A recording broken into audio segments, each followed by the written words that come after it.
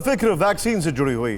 भारत के दोनों vaccine Covishield और कोवैक्सीन के वैज्ञानिकों को लगातार देश और दुनिया से बधाई मिल रही है। WHO ने भी भारत को बधाई दी है, लेकिन जो दिन कंपनियों ने वैक्सीन बनाई वो दोनों ही आपस में भिड़ गई। क्या ये वैक्सीन पर कॉर्पोरेट जंग की शुरुआत है? आखिर क्या वजह थी कि इन दोनों कंपनियों को एक दूसरे के ऊपर ऐसी टिप्पणी करने की जरूरत पड़ी, वो भी तब जब ये दोनों कंपनियां देश का गौरव बढ़ा रही हैं? बड़ा सवाल यह भी खड़ा इसलिए हो जाता है क्योंकि अब अगर और कंपनीज की बात की जाए तो फिर इन दोनों ने जो एग्जाम्पल सेट किया है वो एक बहुत ही बैड प्रेसिडेंट के तौर पर है।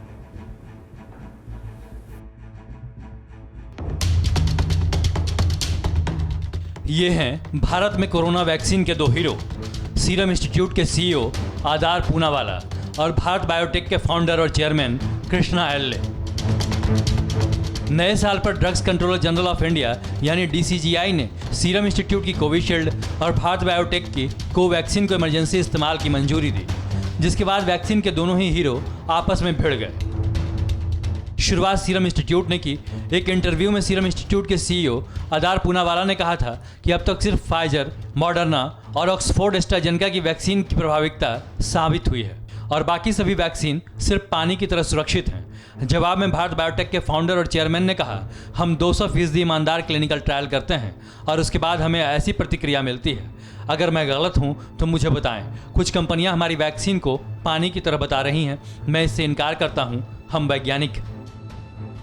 एल्ला ने यह भी कहा कि अमेरिका और यूरोप ने यूके से एस्ट्राजेनेका ऑक्सफोर्ड वैक्सीन का ट्रायल डेटा लेने से इनकार कर दिया था क्योंकि वो पारदर्शी नहीं था, लेकिन किसी ने भी ऑक्सफोर्ड डेटा पर सवाल नहीं उठाया। एस्ट्राजेनेका ऑक्सफोर्ड के ट्रायल में वैक्सीन शॉट देने से पहले वॉलंटियर्स को पैरासीटामोल टैबलेट दी गई थी और अगर ये उनकी कंपनी ने किया होता तो भारत के रेगुलेटर्स उनके ट्रायल को बंद करा देते।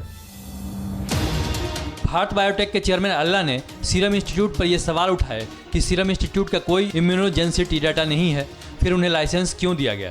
इन्हें सिर्फ यूके के डाटा के आधार पर लाइसेंस दिया गया है।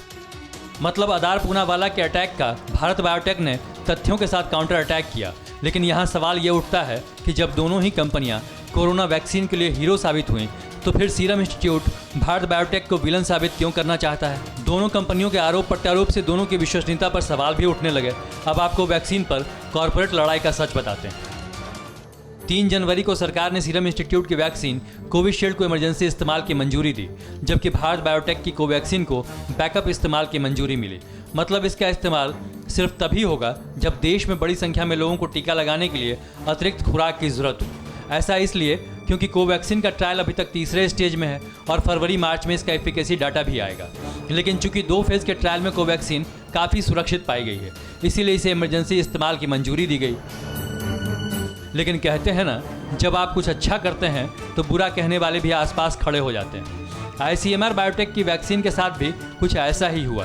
पहले तो इस पर सियासी महाभारत मची, फिर कंपनियां तेरा वैक्सीन मेरा वैक्सीन की जंग में जुट गई, जबकि यहाँ होना ये चाहिए कि दोनों ही कंपनियों को देश दुनिया की बधाई स्वीकार करनी चाहिए थी और आगे जो चैलेंज हैं उससे निपटने में एकजुट हो जाना चाहिए था।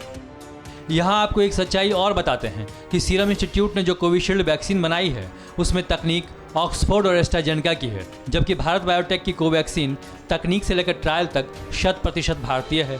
इतना ही नहीं, भारत बायोटेक अब तक 16 वैक्सीन बना चुका है और 123 देशों को वैक्सीन निर्यात करता है, जबकि सीरम इंस्टीट्यूट ऑफ इंडिया दुनिया के सबसे ज़्यादा वैक्सीन की डोज बनाने का काम करती है। ऐसे में 2 बड़ी और प्रतिष्ठित कंपनियों को क्रेडिट वॉर के बजाय भविष्य की फिक्र करनी चाहिए थी, क्योंकि जब चैलेंज बड़े हों तो दिल भी बड़ा रखना चाहिए। हालांकि बाद में सीरम इंस्टीट्यूट और भारत बायोटेक दोनों ही कंपनियों ने दिल बड़ा किया और 2 दिन की जुबानी जंग के बाद आज दोनों ही कंपनियों ने साझा बयान जारी किया। दोनों ने सहमति जताई कि वो भारत समेत पूरी दुनिया को कोरोना वैक्सीन मुहैया कराएंगे। इस साझा बयान में कहा गया है, आदार पूनावाला और कृष्णा एल्ला ने न सिर्फ भारत बल्कि दुनिया में कोविड वैक्सीन विकसित करने, मैन्युफैक्चर करने और सप्लाई करने की इच्छा जाहिर की। अड़ी सोमवार से शुक्रवार शाम 6 बजे सिर्फ TV9 भारतवर्ष पर।